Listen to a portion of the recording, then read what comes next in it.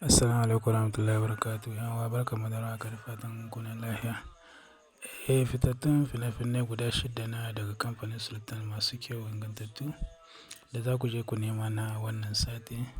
Na farko akwai Asalin Cakwakiya, akwai Tseren Tsira, sannan akwai na Mariya, akwai Azabtarwa, sai Faɗan Kashmir da kuma Fim ɗin Siradi.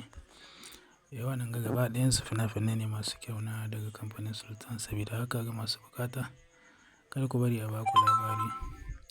Sai ku je ku nemi naku a kasuwa. Ga masu buƙatar kuma wallahi ko shiga tsari na VIP group wanda a cikin shi kaɗai za ka riƙa samun fina-finai da zaran sun hita.